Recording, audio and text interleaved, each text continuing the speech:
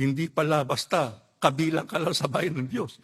Kinakailangan makita sa iyo yung uri ng pamumuhay ng tunay na nasa bayang hinirang ng ating Panginoong Diyos. Ano raw ang kinakailangan, mga kapatid? Yun anyang mga taong yon, ang kanilang landas, ano raw? Walang kasalanan. Oo. Ang mga taong makagagawa na sila ay hindi magkasala, meron anya silang personal na integridad. Kaya tayo, mga kapatid, gusto nating ipakita sa Diyos na tayo ay karapat-dapat sa kanyang mga pagpapala, lalo na sa kaligtasan sa araw ng paghuhukom. Ay kinakailangan, sundin natin ang kanyang mga kautusan.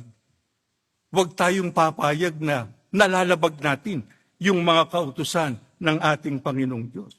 Kaya tayo, hinahanapan tayo ng kasiglahan din. Dapat, lalo na sa panahong ito, kahit na ano pang ating nasa sagupa, maging masigla tayo. Anong dahilan? Yan ang makapag-iingat sa kanilang kahalalan. Yan ang makapananatili sa bayang hinirang ng ating Panginoong Diyos.